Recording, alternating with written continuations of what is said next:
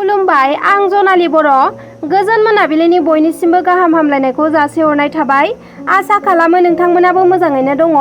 दिनै 2023 मायथाइनि 12 सेप्तेम्बर।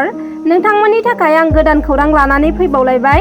अन्नानै नोंथांमोना भिडिअखौ जोबजासे नायलांदो। गोजोनथाव खौरां।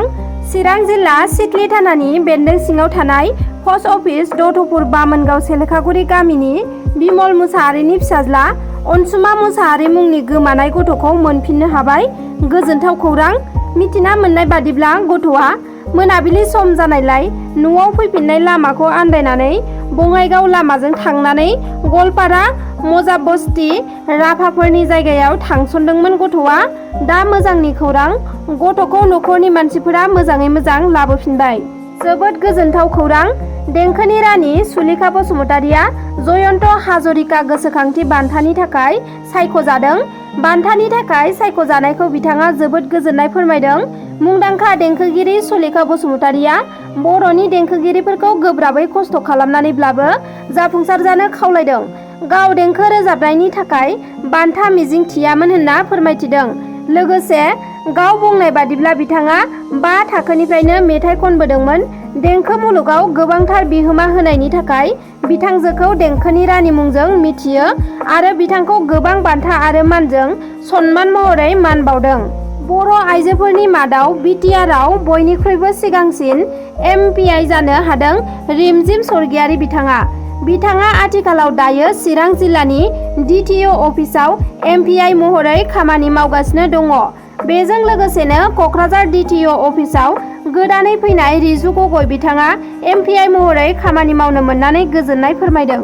बङाइगावआव सासे आइजोनि गोथै देहा बोखांदों। बङाइगावनि चक्रशिलायाव गंसे फुख्रिनिफ्राय बोखांदों सासे आइजोनि गोथै सह'। मिथिना मोननाय बादिब्ला दिनै फुङाव जायगानि सुबुंफोरा गामिनि फुख्रियाव आइजोनि गोथै सह'खौ गोजावनानै थानाय थासारियाव नुनानै पुलिसनो खौरां हरो आरो पुलिसआ जायगानि सुबुंफोरनि मददाव आइजोनि गोथै सह'खौ बोखांनानै पस्टमर्टम आनजादनि थाखाय दैथायहरो।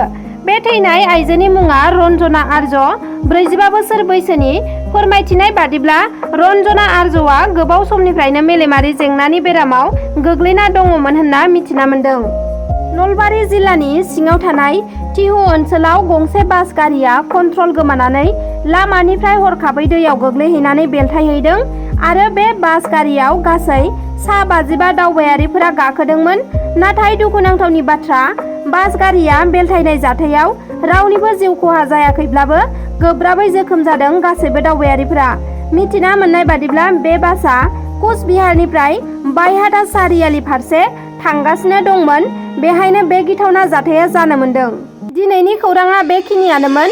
नोंथांमोना जुदि आंनि चेनेलखौ साबस्क्राइब खालामाखैब्ला अन्नानै साबस्क्राइब खालामनानै ला आरो लाइक, शेयार, कमेन्ट खालामनो दाबाव। गोजोन्थों।